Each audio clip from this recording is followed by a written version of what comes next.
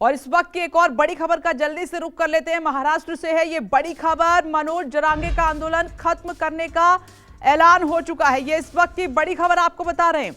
कई दिनों से उनका आंदोलन चल रहा था और उन्होंने सरकार को भी चेतावनी दी थी। शिंदे सरकार ने जरांगे की सभी मांगों को मान लिया है। अध्यादेश मसौदे मिलने के बाद किया है ऐलान और करीब 8 बजे अनशन तोड़ेंगे मनोज जरांगे।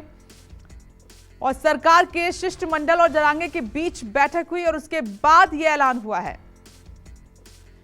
इंद्रजीत सिंह इस वक्त हमारे साथ फोन लाइन पर जुड़ गए इस खबर के साथ। इंद्रजीत, तो क्या बात बनी है सरकार और मनोज जरांगे के बीच?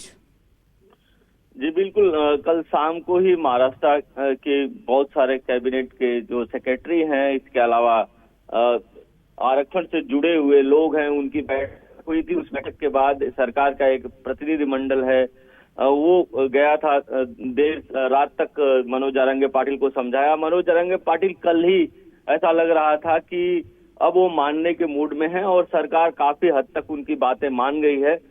सरकार ने उनको बताया कि किस तरह से उन्होंने अब तक जो शिंदे कमेटी बनी थी, मराठा समाज के लोगों का कुणबी होने का सबूत ढूंढने के लिए, यहाँ पर नोंद बोलते हैं मराठी में, ढूंढने के लिए, उसमें से 54 लाख लोगों का सबूत मिला है। मनोज जरांगे पाटिल का ये कहना था कि उन सभी लोगों को तो मराठा का कुणबी का प्रमाण पत्र दिया ही जाए, साथ ही उनके जो रिश्तेदार हैं उनको भी दिया जाए। उस पर बात अड़ी हुई थी, तो उसको लेकर किस तरह का अभी जीआर आया है ये अभी देखना होगा, क्योंकि इस बात पर अड़े हुए थे। दूसरी बात उनकी थी कि आंदोलन के दौरान जिन मराठा युवकों पर केस दर्ज हुआ है उनको तुरंत प्रभाव से वापस लेना चाहिए। इस बात पर सहमत बनी थी, इस बात पर भी सरकार मान गई थी। तो ये 2-3 चीजें हैं, उस पर मनोज जरांगे पाटिल कल ही अपने लोगों को समझा रहे थे कि एक साथ सारी मांगे नहीं मानी जा सकती और सरकार एक कदम आगे बढ़ी है, एक कदम हमको भी बढ़ना होगा और धीरे धीरे हम आरक्षण लेकर रहेंगे। तो कहीं न कहीं सरकार भी एक कदम आगे बढ़ी है और एक कदम मनोज जरांगे पाटिल ने भी आगे बढ़ाया है। यही कारण है कि ये आंदोलन अब थोड़ी देर में खत्म हो जाएगा और उसका ऐलान हो चुका है। बताया जाता है कल 11 बजे से अनशन शुरू किया था मनोज जरांगे पाटिल ने। मनोज जरांगे पाटिल का कहना था कि वो जब मुंबई जाएंगे तो अनशन शुरू करेंगे, लेकिन कल सरकार ने उनको मना लिया कि वो मुंबई नहीं जाएंगे।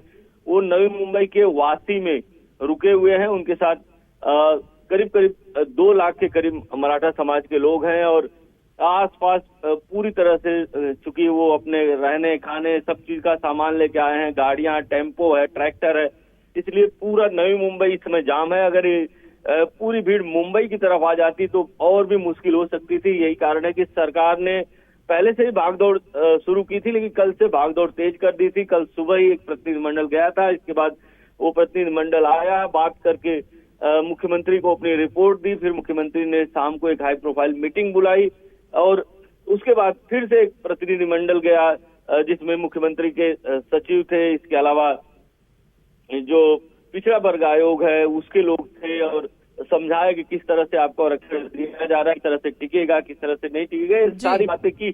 दूसरा ये भी सरकार ने मनोज जरांगे पाटिल को समझाया कि हम सभी लोगों को आरक्षण देने के लिए जो सुप्रीम कोर्ट में प्रयास कर रहे हैं उसके लिए भी हमने सर्वे का काम शुरू कर दिया है। पिछड़ा वर्ग आयोग सर्वे कर रहा है कि किस तरह से जो मराठा समाज के लोग हैं वो आर्थिक, शैक्षणिक रूप से पिछड़े हुए हैं और सामाजिक रूप से पिछड़े हुए हैं। ये सारी बातों में काम चल रहा है इसमें, लेकिन थोड़ा वक्त लगेगा। तब तक हमने आपको इतना दिया।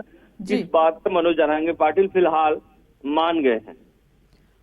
तो 8 बजे अपना आंदोलन खत्म करेंगे मनोज जरांगे पाटिल। शुक्रिया इंद्रजीत सिंह इस तमाम जानकारी के लिए।